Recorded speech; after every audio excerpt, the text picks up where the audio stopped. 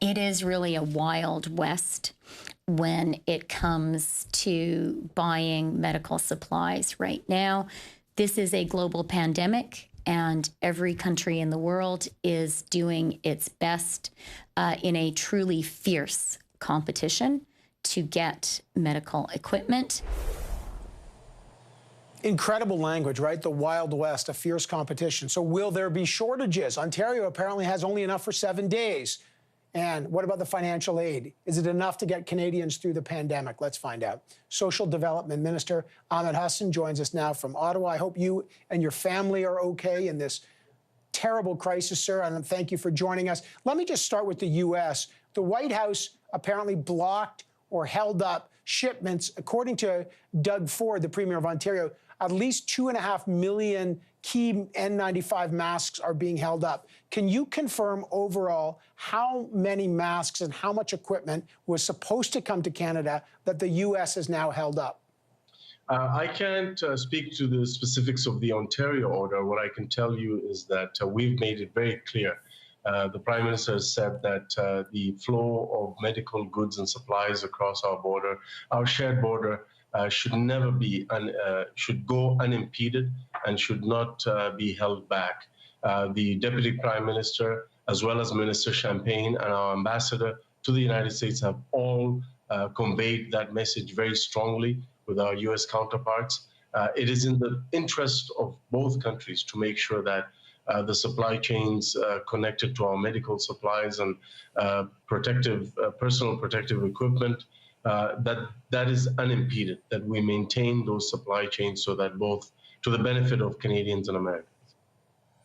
Yeah, and I appreciate that. I guess the question is, there's a ticking clock on this, Minister. Yeah. Ontario says they're going to run out in 7 days. I talked to nurses. There's already shortages. There's already lots of rationing going on. It's kind of dangerous out there.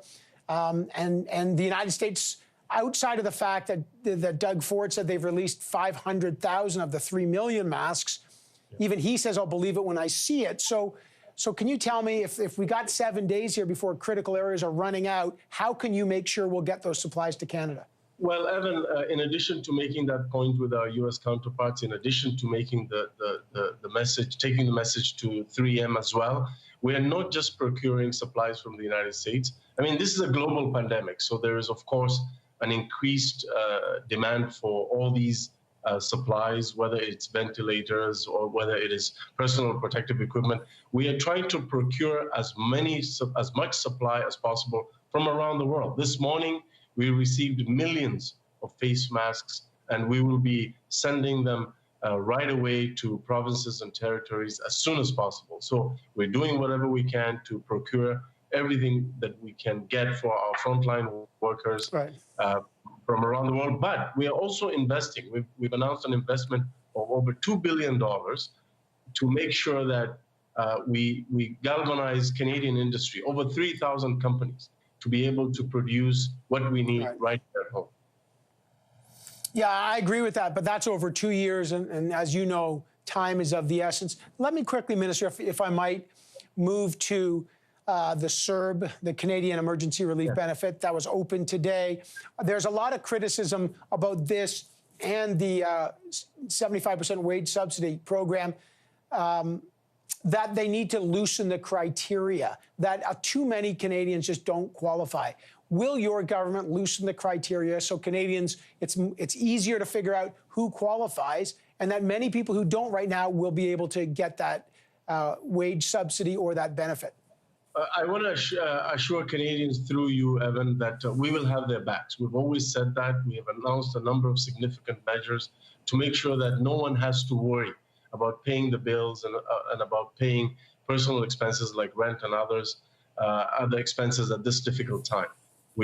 Our focus has been on getting money out the door very quickly. We had over 600,000 applications today and over 3 million applications since March 16th.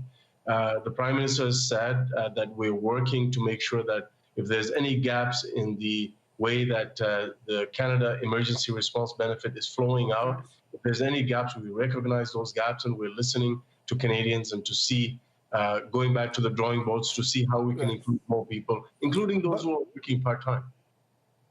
Okay, but Minister, just last question before I let you go. You said rent. Actually, I haven't seen that. There's a lot of small businesses who are contacting me and say they can't pay rent. I have not seen a federal program outside of the $40,000 loan with $10,000 forgivable that actually helps the rent. Will your government come forward and help people pay their rent? No, I was speaking specifically to Canadian individuals to pay the residential rent. However, the wage subsidy that we announced, the no interest loan, the other more credit that we put into the market, all those measures are out there to help business. But everything is on the table.